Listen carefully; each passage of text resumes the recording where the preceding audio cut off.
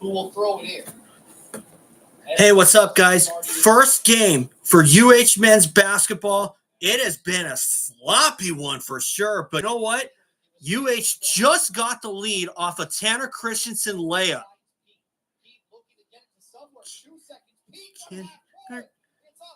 No! Woo! Oh my God.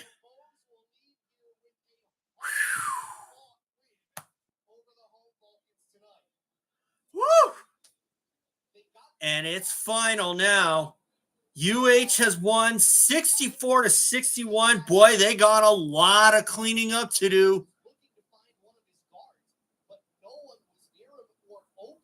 So Pete Turn had to make a quick decision and just dribbled once, twice to his right, threw up a prayer from midcourt, and it was offline about 3 feet, maybe less than that, right off the right side of the backboard. And that's the difference.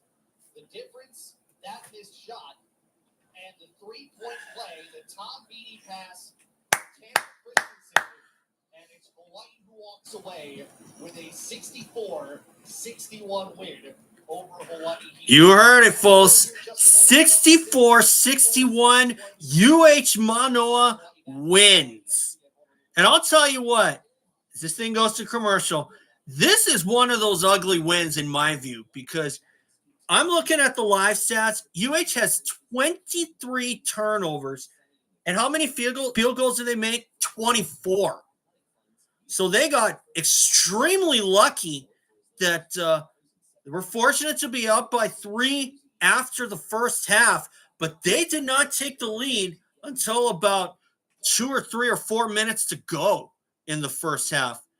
And that was a hard-fought battle. And I'll tell you this, despite what happened tonight, I don't think UH Manoa is going to play in Hilo, is going to want to play in Hilo again after this.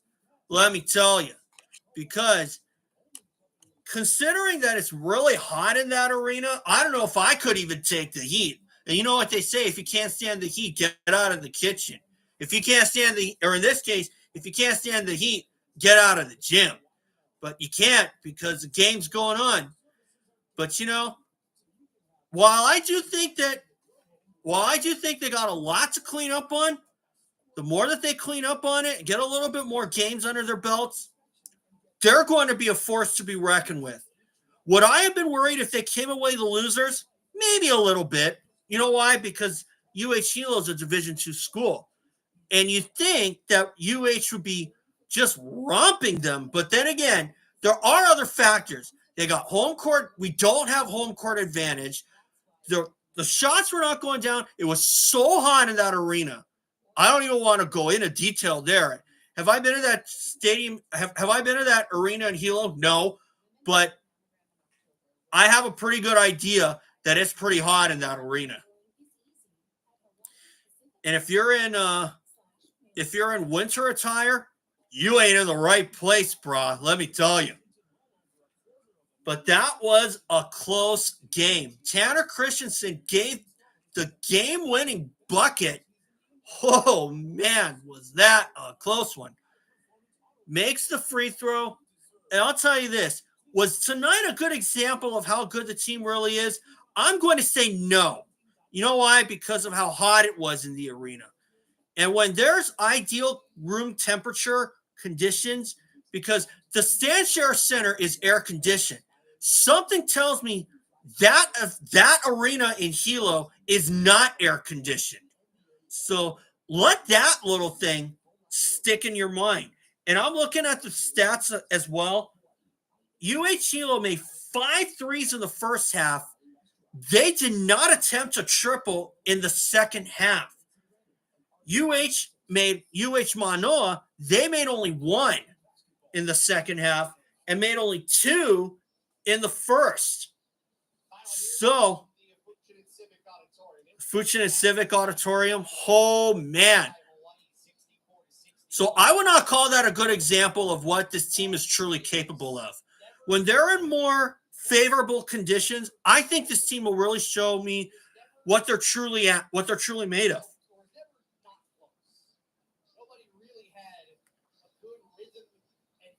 to this game, but at the end of the day, it was who could survive, who could make the plays down the stretch, and it was Hawaii-Hilo that would take care of business through the very end. Final stats, let's connect those to tonight's result.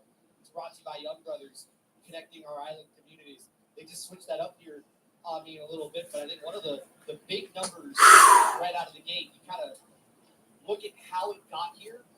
Turnovers. Yeah. Turnovers is, turnovers are what really kept Hawaii-Hilo in this game. And Tolik Danilin in this chat. What's up? What's up?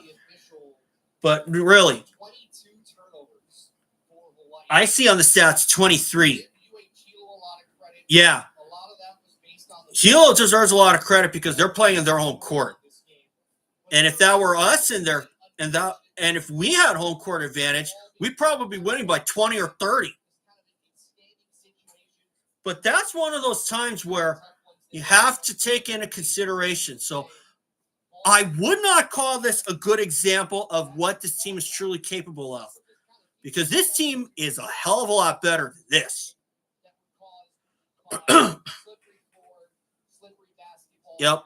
A lot of slips on the floor. UH had 23 turnovers, according to the stat monitor. UH-Hilo, Manoa had 23 turnovers. UH-Hilo, they had only 11. But steals also told a big story, because Hilo had 14 steals, UH-Manoa just 3. Now, the numbers alone, they don't lie. But what I saw, from what I've seen after listening to this broadcast, this was not a good example of what this team is truly capable of. Let me tell you, if this team if this team turns a corner, and I'm very sure that they will, this team is going to give you a season to remember. Despite some of those tough conditions, Hawaii had to will itself.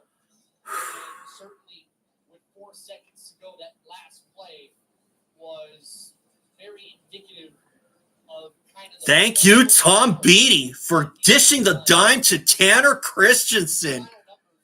Hawaii-Hilo was led by Nadja Beats, 12 points to go along with a couple of. But a guy who really showed me a lot for Manoa, Gitas Nemecha. That guy's going to be a hell of a force to be reckoned with. 4 of 8 from the free throw line, though. That's some of the other stories of this game. Hawaii from the free throw line, really not. Hawaii-Hilo from the free throw line struggled mightily in the second half. Finished 12 of 22 from the charity stripe. And then the other number for Hawaii-Hilo, Montez the second, 10 points to go along with 4 assists and 3 turnovers. By the way, our final stats are brought to you by Young Brothers, connecting our island communities. By the way, shout out Josh Pacheco. That guy does really good. He's going to be a great successor to Bobby Curran, because at the end of last season, Bobby Curran had his final calling for the UH men's basketball broadcast. I'm going to miss that guy for sure. I remember him and Jeff Portnoy on the on the call.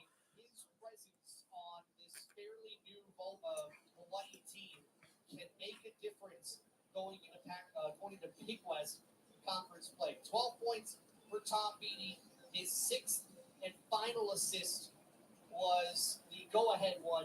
He did have 5 turnovers and a couple of steals. 12 for Gitas Nemecha to go with 4 turnovers. He wasn't foul trouble this game, but an impressive debut for Nemecha, the Xavier transfer. The team numbers to look through. Hawaii would outshoot the Vulcans 52% to 43%. 3 of 14 from outside the arc. That's something that Hawaii, wow.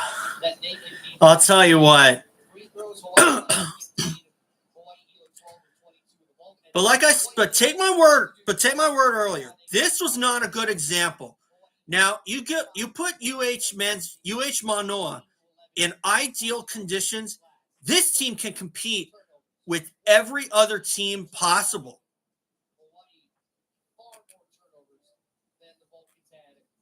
this game. We'll come back with more. Ron Ganott's going to join us here in a little bit.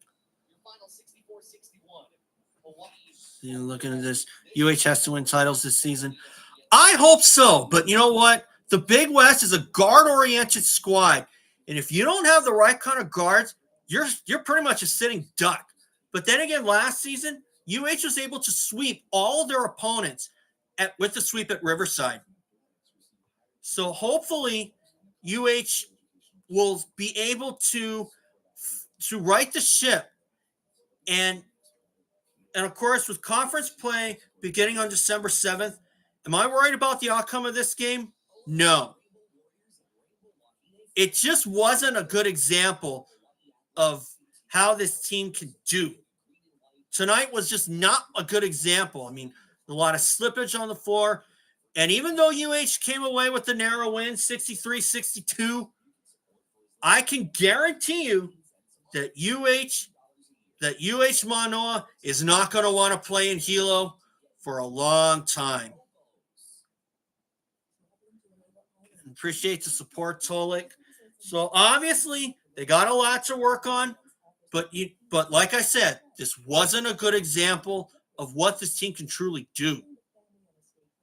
Take my word on that.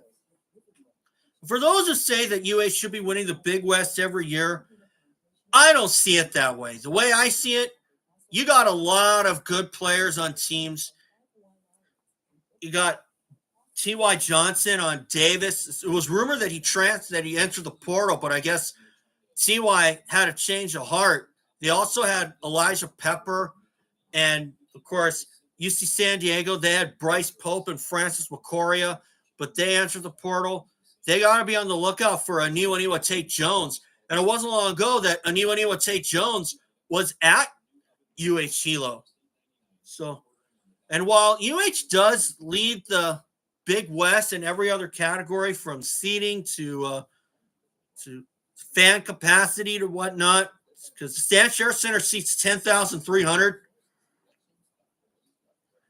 The fact that we haven't found the ideal point guard has kind of hurt us a lot. I mean, Junior Madute was a good point guard, especially with the kind of experience that he had prior to the 2021-22 season, and especially when Juan Munoz went down. But of course, Juan Munoz not at UH anymore. For those of you who may have wondered, he was an 8th-year senior. Injuries wiped out his 2 prior seasons, a knee in 21 and 22, and an Achilles injury 2 seasons ago in 22 and 23. But he got the NCAA waiver. He was able to come back for last season, and Munoz put in a hell of a contribution.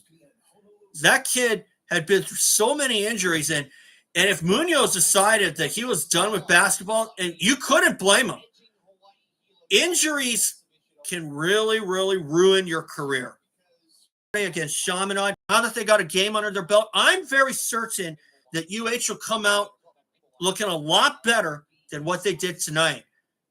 They trailed for probably 30 minutes out of the whole 40.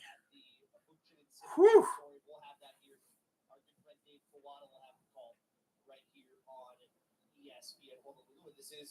And of course, UH football has homecoming week. They play against Nevada.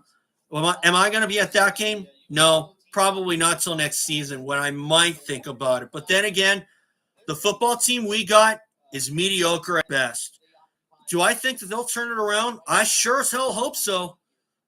But they need to build that frickin' new Aloha Stadium. That stadium has been around forever and ever, and construction has yet to start. And then as it came down to the stretch, it became real easy. The game winner from Beatty to Christensen. Here's how it sounded. Clock down to 12. Green gonna give it a go. Hands off to Beatty. Off the Christensen screen. Beatty leading right in the lane. Drives, kicks, Christensen underneath. Pocket good, and the foul! Christensen got it off the contact. 63-61 Hawaii with 4.6 remaining. still, give this team time. They will be much better as the season goes on. It can only go up from here.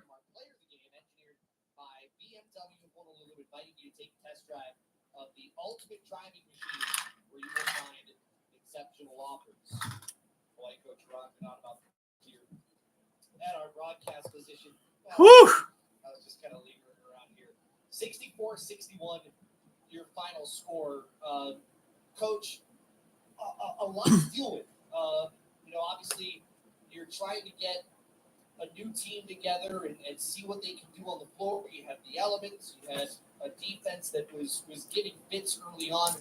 Putting all that together and how you walk out with that bucket from Tanner Christensen in the foul and come out of here with a 3-point win. How do you put that all in perspective walking out of the locker room? It's a couple of things. One, obviously we got work to do. And I don't know if you can get a better simulation than that. That's why we wanted to play Hilo, in Hilo, on the road, so you get the road experience, travel. They brought it. They set the tone, and we were playing catch-up. I think the story is really about Hilo. And obviously, we have work to do, but I want to give credit to Hilo. It's about giving credit to Hilo. I've said often that I have so much respect for all the schools in the islands, their coaches, their players, their universities, and that's why we've always. Don't let them fool you, because UH-Hilo was able to turn back Northern Colorado a few seasons ago. It would be tough. It's unique. I can't say anything other than what I was really proud of was we were a 10 out of 10 in the last minute. We had so many breakdowns. To be honest, they set the tone with their pressure, and it wasn't great pressure. We were so on our heels to start, and they could smell blood. And a lot of times when we say we want the press, want the zone, all 5 are a threat. And we got a lot of film where we were really poor, and that's what these situations are for. Under duress, we kind of panicked a little bit and left each other hung out to dry, had a lot of big sixes, lazy, unforced turnovers, and they capitalized. And that's what the team's going to do. When they smell blood, just like we would, they're going to bring it. And we were fortunate to weather it. We had a lot of missed blockouts late, a lot of lapses. So I'm most proud, really, of our fight after the early start and our last minute half. But the rest was a lot of credit to you. Yeah. Fight. You talk about battling through adversity. You're one that always says, "Hey, you embrace the challenge." The challenge wasn't all just the opponent. I mean, it was humid. The floor was what it was. You had the concern there with Cody Williams for a little bit. Mm-hmm. Yeah. Handle that in a situation that a team doesn't handle very often. How do you deal with that? It's tough because sometimes, as you know, you have to let them fight through it and figure it out. Sometimes the coach always has to bounce right out when they need this. And it's really hard. I was telling the guys that it's like, I'm a dad. These kids are our family. And sometimes you can't always save them. And so during the game, I'm like, this is good for us. Disappointed because I felt like I kept saying that because they kept bringing it that way. We had a chance to separate. We did a great job in the first half and to start the first half, and then we had missed blockout, laps 3, things like that, and they took advantage of it. But I think the best thing is you got to keep putting them in those situations. This is a young team that needs to go. I don't know about you guys, but I'm really excited about the move to the Mountain West. That's a move that's long overdue. You just said our guys did that a little bit, and when the ball was slippery, the floor is slippery. So if you start saying, "Well, it's the floor, it's the ball," you're cooked. Yeah. It's a mindset deal. We're both using the same ball. We're both on the same floor. And that's where our teams in the past and this team will get there is a mindset. No excuse. Yeah. It's not the refs. It's not the floor. It's not the ball. And just play basketball. And we needed this. Take me through the last offensive play, the basket there with Christian off the line from Tom Beatty. Take me through what you saw. Well, in those situations, you probably see over the years here, when it's tied late with one shot, I don't usually call timeout. And I think a lot of it is like, we're calling a timeout, we can prepare. And I thought our guys, so I said, even before that, Tom getting to the rim, Tom making big free throws, defensive stops, and that execute, got to stop, no timeout. They were calm. They took the play at the right time. We were best when we were in middle ball screen for Tom. And Tom Beatty named So, team captain at the start of the a season, lot of things, along with Ryan Rapp. I'm surprised we didn't see Rapp tonight. Not really sure why. You said to me, I think it was last week, Tom Beatty's awareness. It's not just he can find his way to the rim, but his awareness on the floor has improved from his freshman year to now. Yeah, he's obviously playing more point, and he can be a great point. And so now, and he, like anybody else who ever has, to get more reps in. But at the heart of it, he's going to get better at it because with the reps, he's obviously gotten a lot stronger. He's improved his shooting, his pace, his passing. Today, he got dinged up a little bit with some lazy turnovers, but he needs to go through it. But again, late in the game, 2 big free throws, great execution, great pass, great poise. That will help him moving forward. And like I said, I'm glad we were in a lot of those. Lastly, the impact of the newcomers. Obviously, Tanner right away with the go-ahead basket. Gitas was in double figures tonight. He was also in foul trouble. How would you assess the way those two really kind of... Those two are going to be their efforts to push forward?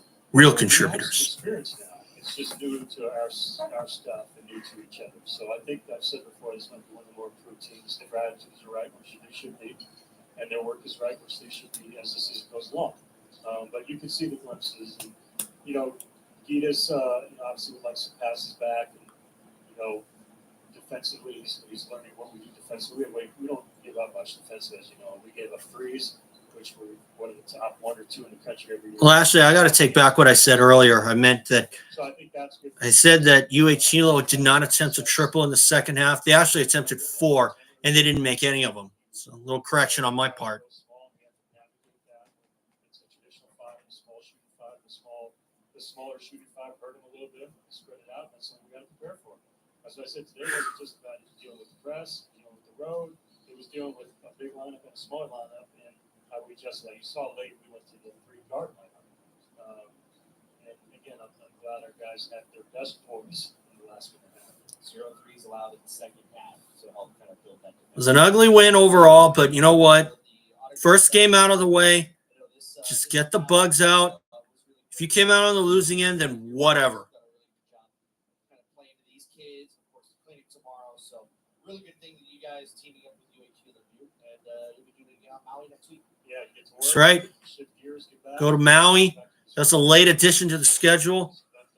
I think I might be getting a media pass. I'm not sure. Haven't heard back from anyone yet, but I think I probably won't have to worry. But looking forward to shifting gears and getting back to our awesome community. Thank you.